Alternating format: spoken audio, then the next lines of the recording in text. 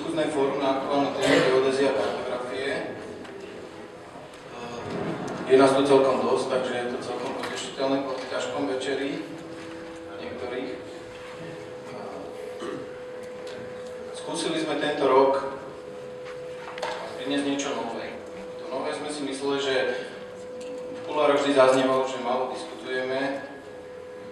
Jednak málo diskutovali sme hlavne preto, že nebol čas v tých blokoch, vyčerpalo sa to len prednáškami, ktoré sa obyčajne natiahli a potom nebol čas na to, aby sme o niečom povedali.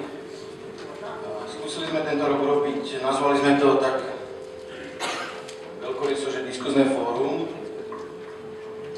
Dostali ste to každý autorizovaný geodet do mailu z Komory geodetov a kartografov z kancelárie. Čakali sme zálahu otázok, lebo problémov je veľa. Čakali sme, že ľudia budú reagovať a budú čakať odpovede. Ja si vážim to, že Úrad geodézie tento rok si tu sadol a povedal, že si tu sadne a zodpovie všetko, na čo sa budeme pýtať. Samozrejme, nemuseli to byť len otázky na Úrad geodézie, ale povedzme aj na Komoru, je tu predseda. Možno aj jeho sa niečo opýtame, alebo vy sa opýtate. Zaujímavé bolo, že prišla jedna oficiálna otázka mailovou poštou na Komoru. Aj tá sa týkala skôr takého zamyslenia nad tým, že či výška príspevku je adekvátna tomu, čo Komora pre nás robí. Možno, že na to by mohol predseda zareagovať, ale myslím, že včera to aj trošku načrtol v tej svojej prednáške.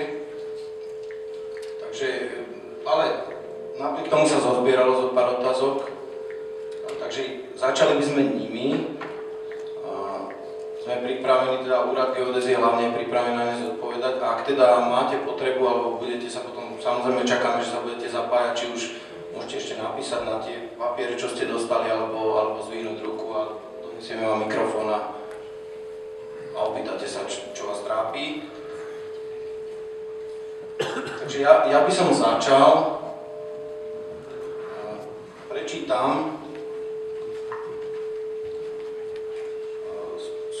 Čakali sme, že otázky sa teda budú týkať hlavne zavedenia ITSK 03 do praxe.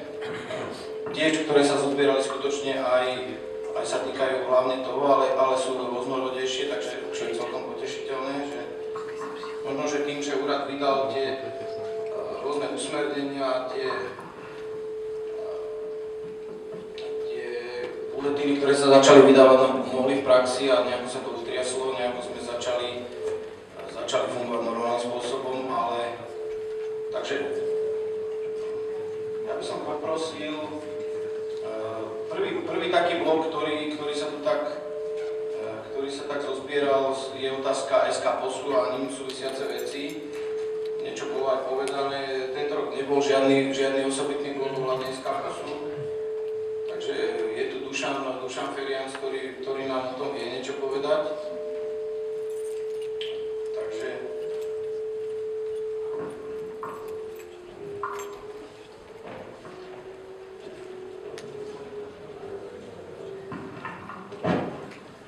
Dobré ráno. Takže ja len uvediem povedzme jednu otázku a potom by povedal ďalej. Napríklad, ako vidíte, paralelnú existenciu SK POS a Smartnet. No to je asi pre mňa tá horšia otázka, lebo tak, ako je povedané, Geodetický a kartografický ústav vlastne sa riadi výhláškami a nariadeniami, ktoré určuje pre nás z hľadiska týchto vecí Úrad geodézie a kartografie katastra Slovenskej republiky.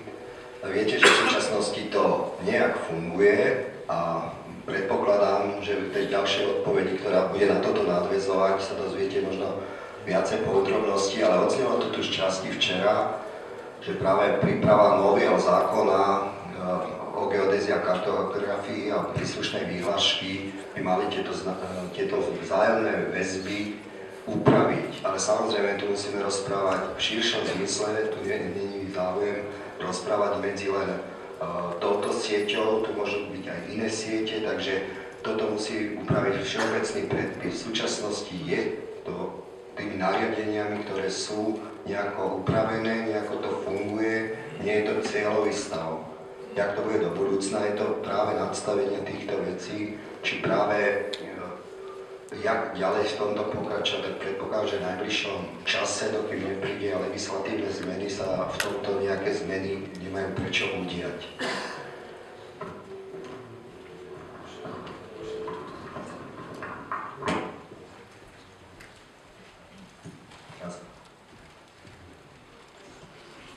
Je tu ešte otázočka, neviem, či Duša nám odpovie, aká bude cena za využívanie SKPOS v roku 2012? V tomto momente ja môžem zase na to odpovedať. Cenník nám schvaľuje, nariaduje zase náš nadriadený orgán. Počuli ste včera v prednáške, že sú neustále kontroly, by som povedal, finančné smerom k šetreniu a podobne. Takže v tomto momente cenník platí ten, ktorý platil. Nemám zatiaľ informáciu o tom, že by mali prísť nejaké veľké zmeny alebo jaké zmeny. Je to veľmi veľká časť ekonomiky. Myslím, že sa zase možno k tomu ešte vyjadria presnejšie pán podpredseda po ďalšom. Čiže v tomto momente platí to, čo platilo. Pri tejto príležitosti nadväzne na túto otázku by som si už na tomto fóre dovolil vám teda povedať to, čo predajcovia vedia, je im známe, že preto, aby tieto služby či v tých aktívnych alebo pasívnych geodetických základoch boli jednoznačné a fungovali fakt správne. Pripravila sa počas tohto roka veľká, nazvem to, modernizácia jednak hardvéru, tak i softvéru. Bavili sme sa, keď to mám tak povedať, bolo to veľakrát lúštenie najnovších poznatkov, jak Windows 7 a podobne. Takže je pripravený komplet nové virtuálne servery, na ktorom bežia nové riešenia, podstatne rýchlejšie. Tieto zmeny sa vlastne udejú 11.11.2011, ale nebude to o 11. ale ráno to spravíme. Takže všetci súčasní používateľia SKPOS vlastne prejdú svojím spôsobom do nového riešenia. Toto nové riešenie, ktoré bude tak svojím spôsobom zabezpečí jednoznačne vyššiu výkonnosť a v niektorých prípadoch aj rýchlejšie fixovanie. Viete, že tam sú vždy dve polohy. Jedna je strana príjimača, jedna je strana výkonnosti serverov.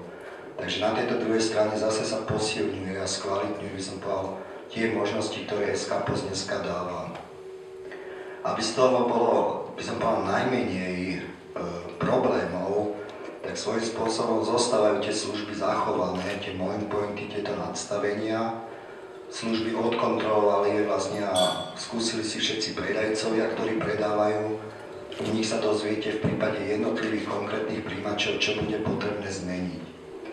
Táto služba zároveň smeruje k tomu, že tak, jak nám určuje vyhláška, touto službou začneme jednoznačne teda poskytovať georeferenciu záväzných referenčných systémoch, a to teda v ETRS 89, tak jak doteraz, ale zároveň už budú dávané teda georeferencovanie priamo v ETSK 03, a to tým teda, že budeme používať formát RTCM 3.1, v ktorom bude zároveň teda zasielané používateľovi korekcie do ETSK 03, do realizácie, ale zároveň aj realizácia teda rozdielu medzi elipsoidickými a normálnymi výškami.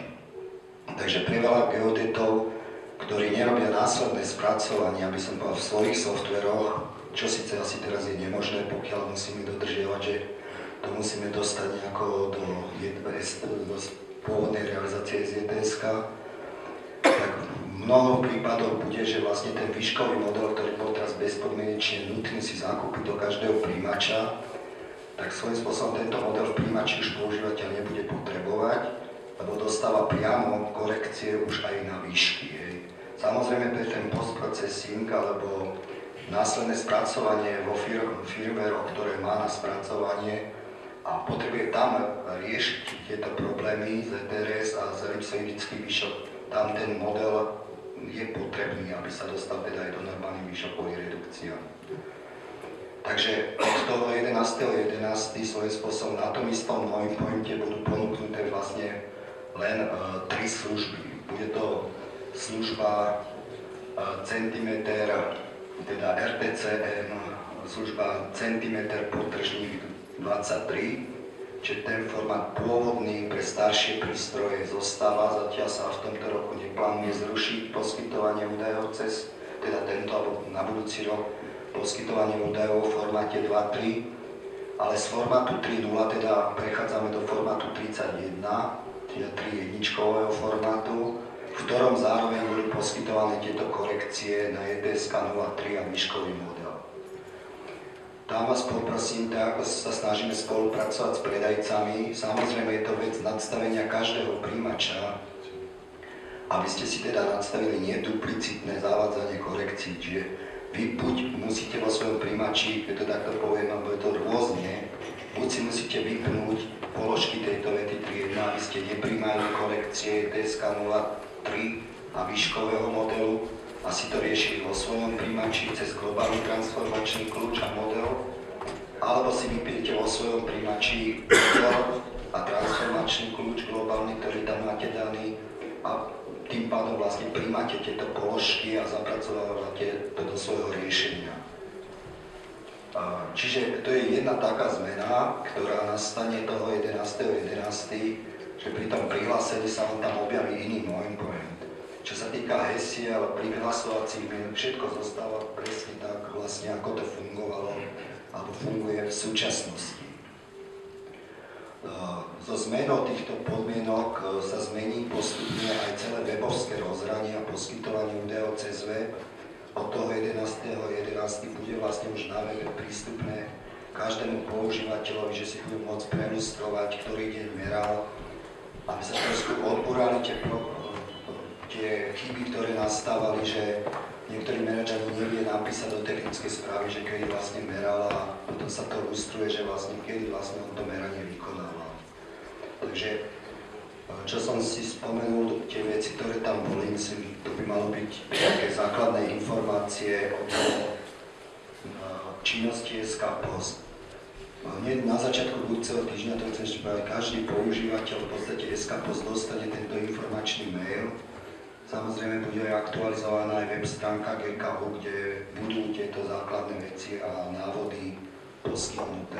Ale s dôverou, tak ako som aj včera rozprával so všetkými predajcami, s dôverou sa vlastne obráte vlastne na svojich predajcov a servismenov, príjimačov, ktorí vám vlastne k tomuto budú vedieť poskytnúť podrobnosti. Ďakujem. Ďakujem. Ešte by som poprosila predsedu, či by k tomu nemal čo dodať, hlavne k tej cene. Predsedu úradu, pána Náďa.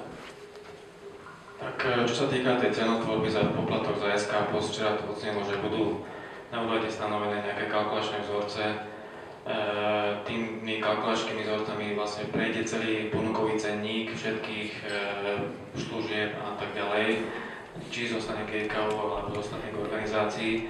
A na základe toho už dneska vieme povedať, že pravdepodobne dôjde k zmene poplatku za SK Post.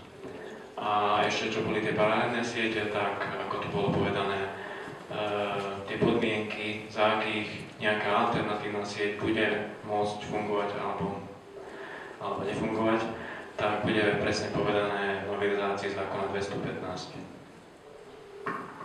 Ďakujem. Bola ešte jedna otázočka v súvislosti s SK Postom, že aké náležitosti by ste odporúčili priložiť do technickej správy, náznam podrobného merania zmien. Ak bolo meranie GNSS realizované statickou metodou s použitím SK Post pre postprocesy. Myslím si, že toto bolo aj v biltene uvedené. V prípade postprocesingu cez SK Post sa do technickej správy priloží kópia dodacieho e-mailu, ktorý dostanete z GKU, ktorý vám zasiela Rivexy. Toto stačí pre úradného overovateľa. Či to stačí pre autorizovaného geodeta, to si musí zvážiť ten geodet a dohodnúť sa s zhotoviteľom, či ten autorizovaný geodet chce ešte nejaké ďalšie údaje z toho merania.